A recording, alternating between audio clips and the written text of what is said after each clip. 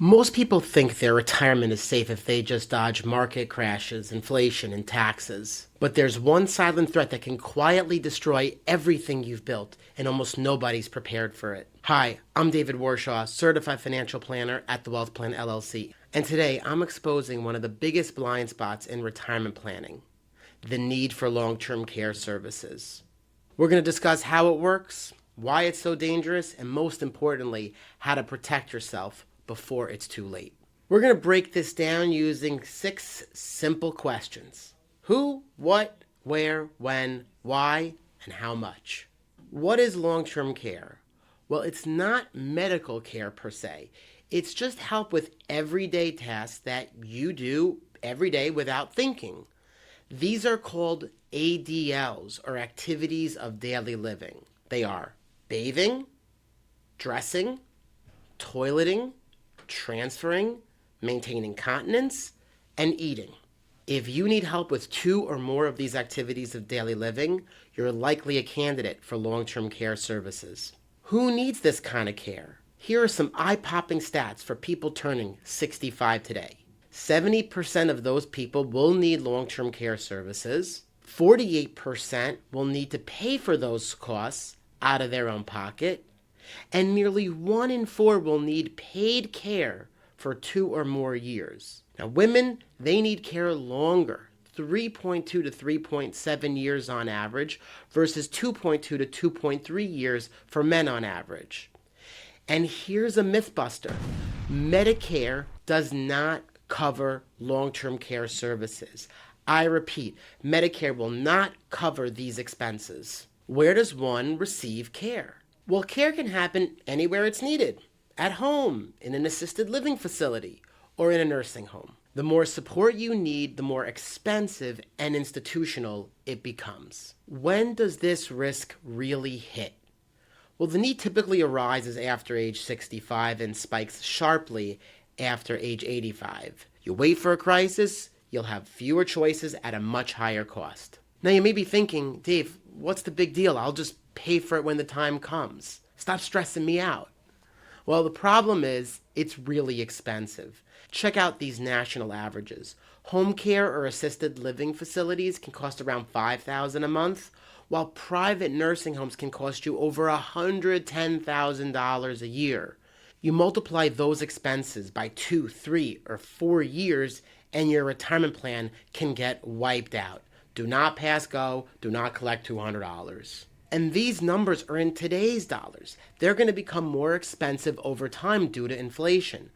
Over the last 10 years, these costs have historically been growing at 3%, and in some cases even higher, depending on the type of care. So I've got a great resource for you. If you want figures near where you live, check out carescout.com/cost of care. Once again, it's carescout.com/cost of care. Why does this all matter? Well, it matters because long-term care services can drain your retirement savings, damage your legacy, and push your kids into caregiver roles that they may not be capable of doing even if they want to. This is a lot more than just money. It's about preserving your dignity, your independence, and your family's harmony. So what are your options to protect yourself? Well, one, you can self-fund it. You just pay for these bills out of pocket. You assume the risk. 2, you can insure it. You can transfer the risk to an insurance company via a long-term care insurance policy. 3, you can spend down your assets, then go on Medicaid. And 4, you can use advanced Medicare planning strategies such as trusts, annuities, or gifting techniques. Let's briefly discuss the pros and cons of each strategy. For self-funding, the pro is you stay in control. No insurance hassles. You choose any care you want. The con is you need deep pockets. A few years of care can drain hundreds of thousands of dollars fast. For option 2, purchasing a long-term care policy, like a traditional or hybrid long-term care policy, the pro is you have predictable costs, where a relatively small premium can buy you a large benefit if care is needed. The cons are the premiums can be expensive, especially if you wait too long, and traditional policies can even raise your premiums over time. For option 3, spending down your assets and then going on Medicaid, the pro is, well, Medicaid will cover the bill once you qualify. The con is you have to first spend down most of your assets and your care choices are limited. It's not exactly luxury living. And option 4, using advanced Medicaid planning strategies, the pro is that these moves can protect your assets and still qualify for benefits. You could preserve, your wealth for your heirs. The cons are, look, it's complex. This requires expert legal advice, and one wrong move can disqualify you or trigger penalties.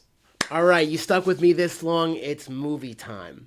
If you want a chilling glimpse into how long-term care can go wrong, watch a movie called I Care a Lot, starring Rosamund Pike. It's a dramatized but eerily relevant take on the dark side of elder care and guardianship abuse. Here's the tagline. A crooked legal guardian who drains the savings of her elderly wards meets her match when a woman she tries to swindle turns out to be more than she first appears. My score, 7 out of 10.